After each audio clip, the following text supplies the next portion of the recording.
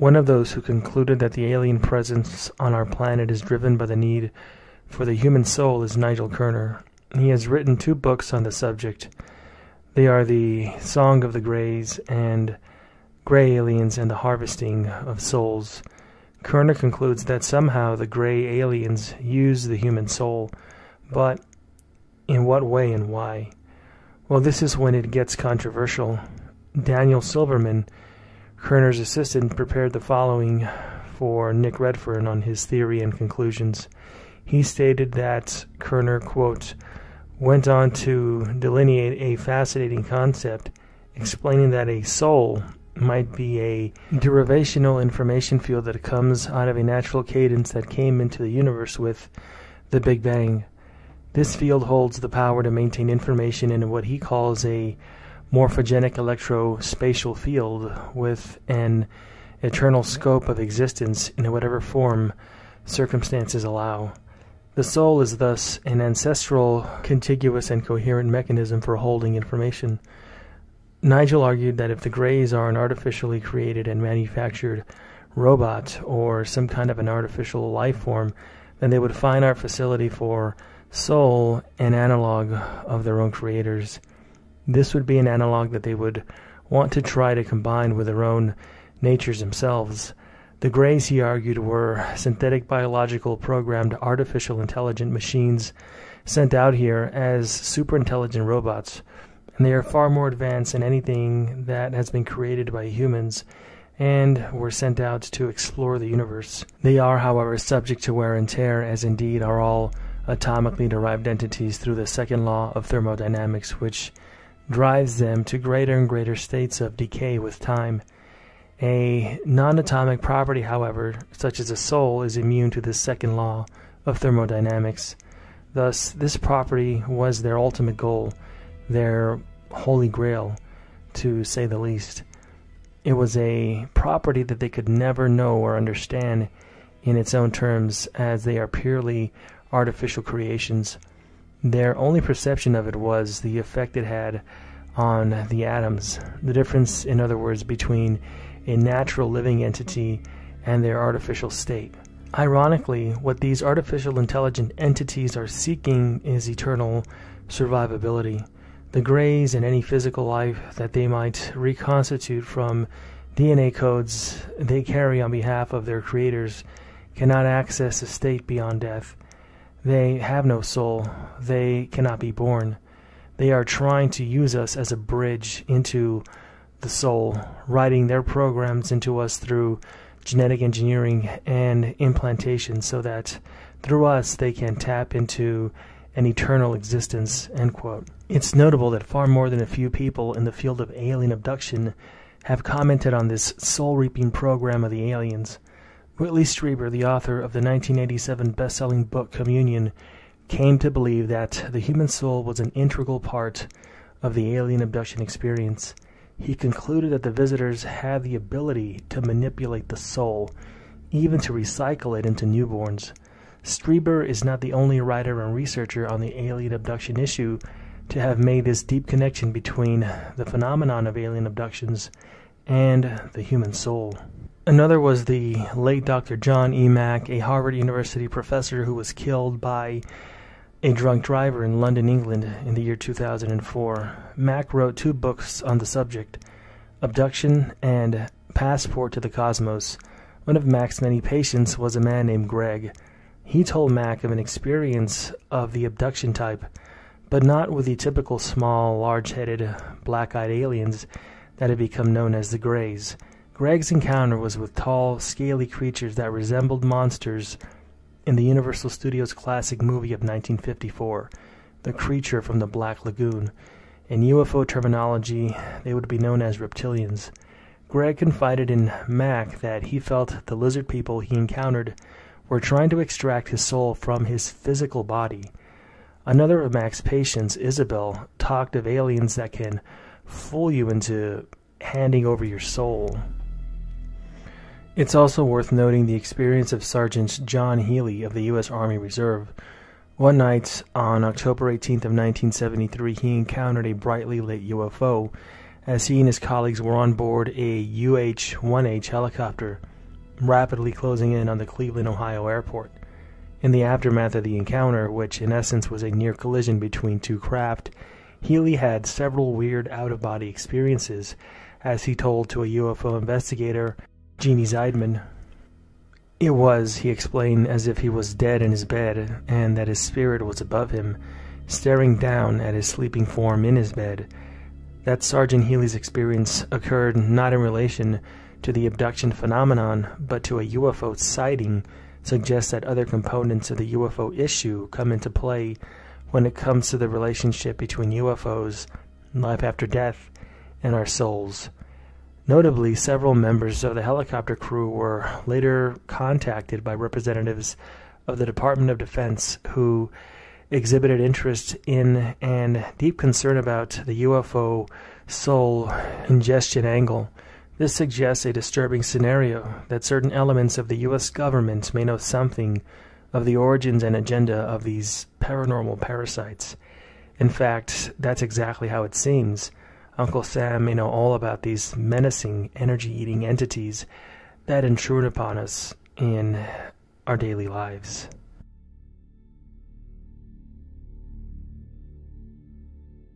When Whitley Strieber's book Communion was published back in 1987, it became a huge hit, and not just with the UFO research community, but with the entire swath of the public too. Even the mainstream media paid the book a great deal of attention, in part due to the fact that Strieber was already a very successful writer in horror fiction. His 1978 novel, The Wolfen, for example, was made into a successful movie in 1980.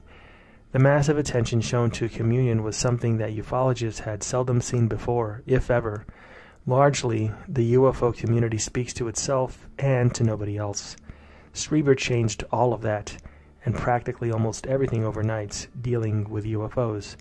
And Strieber changed something else too. Whereas most authors of books on the subject of alien abduction in the 1980s focused solely on the extraterrestrial scientists here to steal our human DNA angle, Strieber did not.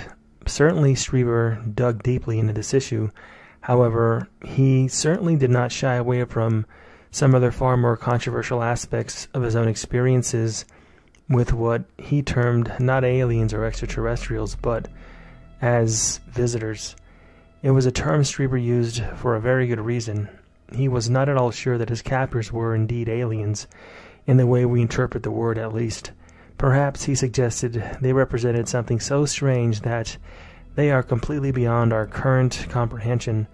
As Strieber noted, the visitors had a deep interest in the human soul, that one solitary part of us which billions believe never dies. Not long after Communion had hit the bookshelves, Strieber revealed that as a result of the phenomenal number of letters that had reached him, he was able to definitively state that the human soul was inextricably linked to the abduction puzzle. In his 1988 book Transformation, which was a direct follow-up to Communion, Strieber related a number of traumatic encounters involving abductees who felt that the visitors, or the Greys, had the ability to extract the immortal human soul from the physical body. Not only that they did so numerous times, and it was something that was done regularly. Strieber was not the only one who came to the realization that the alien abduction phenomenon was much more weird and strange than anybody could ever possibly imagine. Another person was the aforementioned Harvard-based professor John Mack.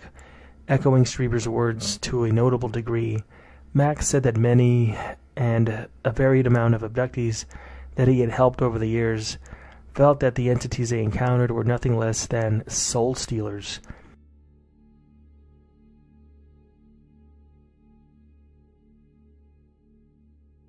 Very recently, UFO investigator Raymond Fowler made the following statement, quote, "In my early days as a UFO investigator, I would throw away UFO reports that contained paranormal phenomena in the proverbial wastebasket. My opinion, etched in the halls of Congress, was that UFOs were machine-like physical craft from another star system. However, as time went by, I watched in dismay as several respected UFO researchers moved from a physical to a psychic interpretation of the UFO phenomenon. Little did I know that my own view would also slowly but surely be honed to accommodate ever deeper levels of the psychic component triggered by the UFO experience. The information from Fowler continues. It was all stringed together by amazing synchronicities. I became obsessed one after the other with UFO abductions, out-of-body experiences, near-death experiences, after-death communications, quantum physics, and the time-slip phenomenon. Studies of these phenomena led me to the startling conclusion that they and the UFOs are interconnected and are all a part of one encompassing metaphenomenon. I concluded that the UFOs originate from the dimension that the near-death experiencers describe, and that we are all transitory citizens of that world of light who shuffle back and forth between a particle dimension and a wave-light dimension through reincarnation. And finally, we have this from Raymond Fowler via Nick Redfern. The UFO abductions reflect UFO entities monitoring and caring for the human particle form in preparation for their metamorphosizing by out-of-body experiences into a new body of light in the afterlife dimension. The robe human appearing entities that greet near-death experiencers at the world of lights appear to be controlling this process and to be generally related to humans. Physical life experiencers, on the other hand, reflect physical humans returning and repeating this process by reincarnation as part of a natural, constant, interbalanced exchange between matter and energy, between particle and wave. As inconceivable as this might be to the regular reader, the final analysis reached by the author Raymond Fowler, according to Nick Redfern, is that UFOs represent a final abduction for one's current life, and that we are property in a sense. Although Ray uses the word property, it's important to note that it does not mean property in any negative way or in a frightening fashion. It should be noted, however, that not everybody is of that opinion. Some are absolutely terrified of this.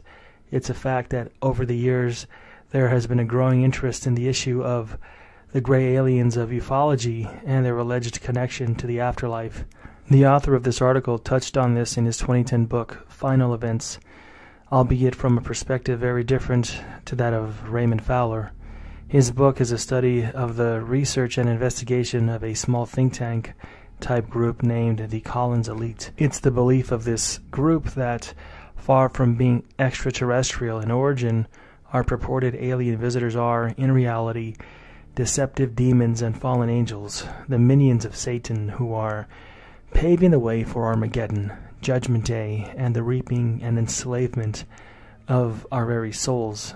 It is important to note that Nick Redfern does not personally adhere to any beliefs of the Collins Elite, as he has consistently gone on the record in just about every interview that he's done about the book. He went on to say that he wrote the book because he found it fascinating that there was, and still is, probably a group of people within the U.S. government that fully believe that the UFO issue is demonic in nature, but he doesn't necessarily believe that himself. The group's opinion is that aliens have never visited us, but rather they term them, our visitors, as non-human entities. It was a term that, for the group, equated with demons.